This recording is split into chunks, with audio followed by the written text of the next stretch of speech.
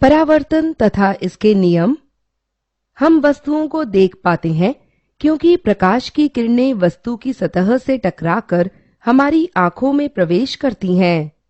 जब प्रकाश पुंज माध्यम की सतह से टकराती है और इस पर टकराने के पश्चात उसी माध्यम में वापस लौट जाती हैं, तो इसे परावर्तन कहते हैं। आइए एक क्रियाकलाप द्वारा परावर्तन को समझें। एक समतल दर्पण लीजिए, एक तीव्र लेजर पॉइंटर लीजिए।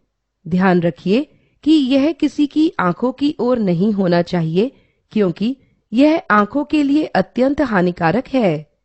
अब लेजर को अपने दाहिने हाथ की ओर से दर्पण की ओर प्रक्षेपित कीजिए। आप क्या देखते हैं? हम देखते हैं कि लेजर का प्रकाश हमारे बाईं ओर प्रतीत होता है, जबकि पॉइंटर अब भी दाहिने हाथ की दिशा से जा रहा है।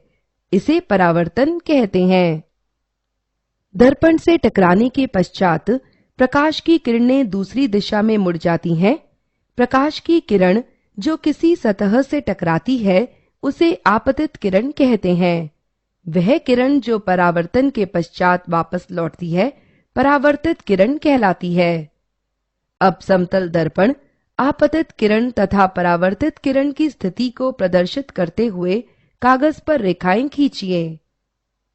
दर्पण पर आपतित किरण जिस बिंदु से टकराती है, उस बिंदु से दर्पण को प्रदर्शित करने वाली रेखा से 90 अंश का कोण बनाती हुई एक रेखा खींचिए।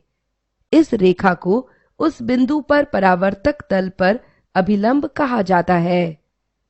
अभिलंब तथा आपतित किरण के बीच के कोण को आपतन कोण या कोण आई कहा जाता है। अभिलंब तथा परावर्तित किरण के बीच के कोण को परावर्तन कोण या कोण आर कहा जाता है। आपतन कोण सदैव परावर्तन कोण के बराबर होता है। इसे परावर्तन का प्रथम नियम कहते हैं। आपतित किरण आपतन बिंदु पर अभिलंब तथा परावर्तित किरण एक तल में स्थित होते हैं। यह परावर्तन का दूसरा नियम है।